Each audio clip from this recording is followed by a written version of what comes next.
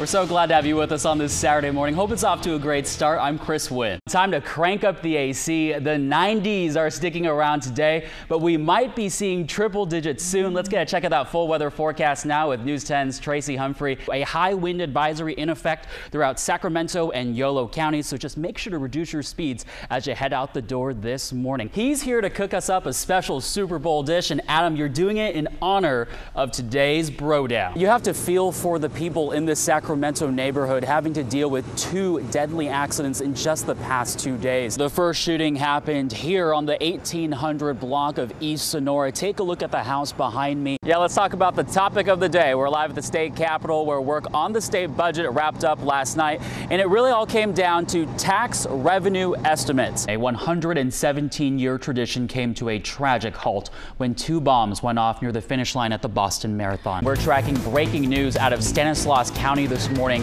Sheriff's deputies are investigating a homicide just outside the city of Modesto. Some inmates are now paying for their stay in jail, and they're being allowed to buy an upgrade to an even nicer facility. What a smart kid. If I ever go back to school, I'm calling him up for tutoring. Straight ahead, we've got all your weekend sports highlights, including a Sonora teens attempt to swim the English Channel. Thanks again for choosing News 10. We're back in about 2 minutes.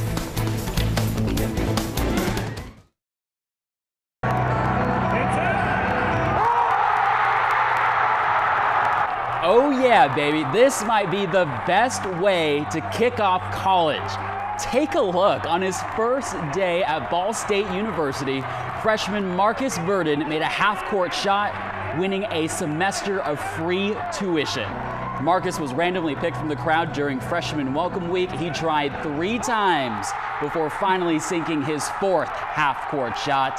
And his prize, he's saving a whopping $11,000 in out-of-state tuition. Congratulations to Marcus. We now know the name of the man behind the effort to keep Sacramento from building a new downtown arena for the Kings, and this one came as quite a shock. Are you ready for it?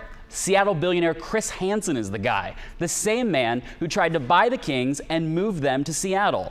According to the California Fair Political Practice Commission, a month after he lost the bid to buy the team, Hansen donated $100,000 to help fund the local arena opposition group. She's a UC Riverside student accused of a bizarre murder plot. Prosecutors say the 21-year-old hired 2 of her boyfriends to kill 2 of her ex-boyfriends, and now one of the would-be hitmen is speaking out. Barbara Wu is behind bars facing 6 felony charges, including stalking and solicitation to commit murder. One of her alleged targets testified in court, saying that after he dumped Wu via email, she began a quest for revenge. She allegedly started sending threatening messages, confronting him with a knife, and posting his personal information on a Craigslist sex ad.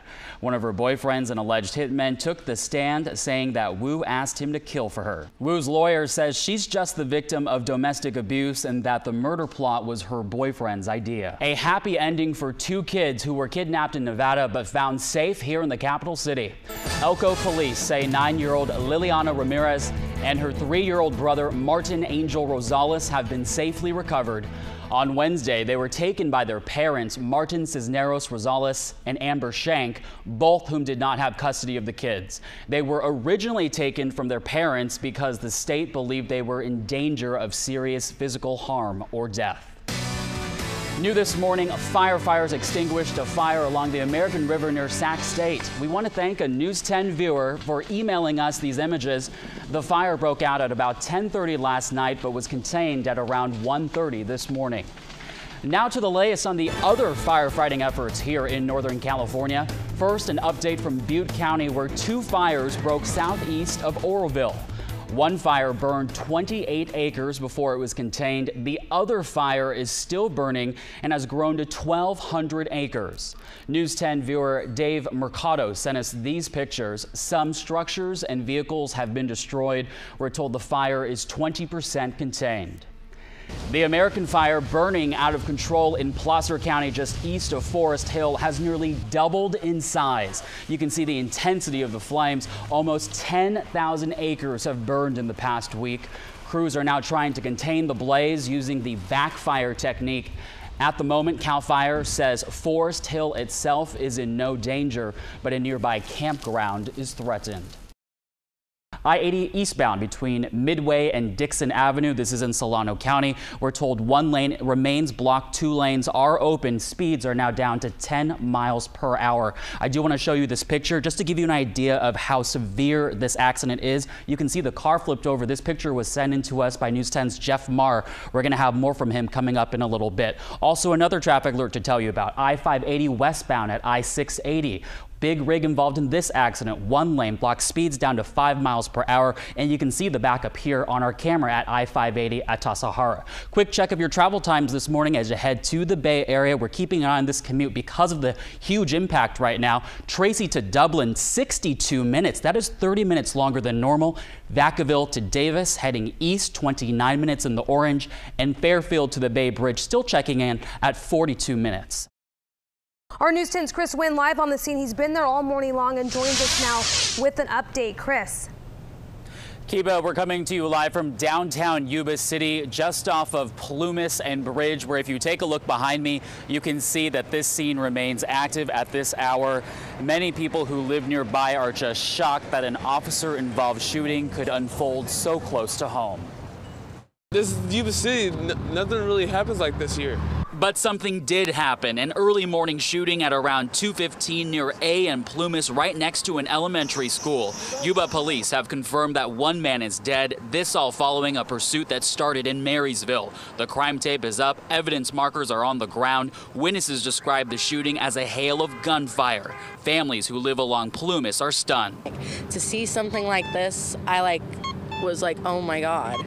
Police tells the suspect could be connected to 2 recent armed robberies, a Taco Bell in Marysville the other day and a Burger King in Yuba City last night. We're certain that this vehicle description, again, was the same vehicle description in 2 armed robberies that have occurred. Officers did stop that vehicle, shots were fired, and the suspect is deceased. A chilling scene to wake up to on this Wednesday morning. You got kids around school area, and then all of that you're near a church to where, hey, you don't know what's going on. And back here live, this portion of Plumas off Bridge and near A still closed and cut off. Traffic is being detoured around the area. Yuba City Police describe the suspect as a white man in his 30s. His identity has not been released, but again, he has died after this early morning shooting. No word yet on when this stretch of Plumas will reopen. We know that many agencies are involved in this investigation, so it is expected to take quite some time. Reporting live this morning in downtown Yuba City, Chris Nguyen, News 10. All right, Chris, thanks for that update. Let's go straight out to the scene now. We have our reporter there, News 10's Chris Nguyen, live with some of the details. Chris, what can you tell us at this point?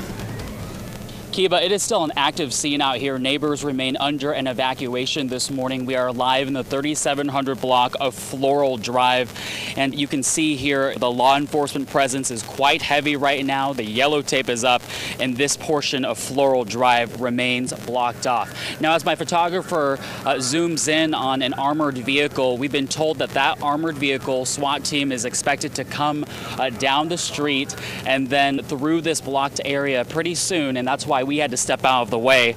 Now, details are limited, but here's what we know. A man walked into a local fire station this morning to tell crews that his grandson entered his home on Floral Drive and then fired a couple of shots.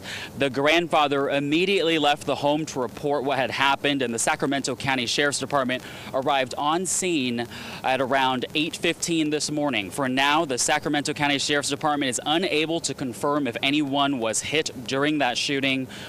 It's possible that the suspect may have left the home between the time that the grandfather went to report the shooting and when the sheriff's department arrived. Another possibility is that he is inside the home and choosing not to come out. Age-wise, we know that the suspect is in his 20s.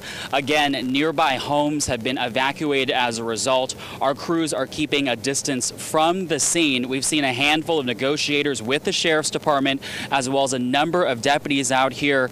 We've been hearing the name David Ramirez called out on the bullhorn, but we do want to stress that the man's identity has not been officially released to us. And for those of you not familiar with the neighborhood, this is in the North Highlands area, as Kiba mentioned, just east of Watt Avenue and north of Larchmont Park.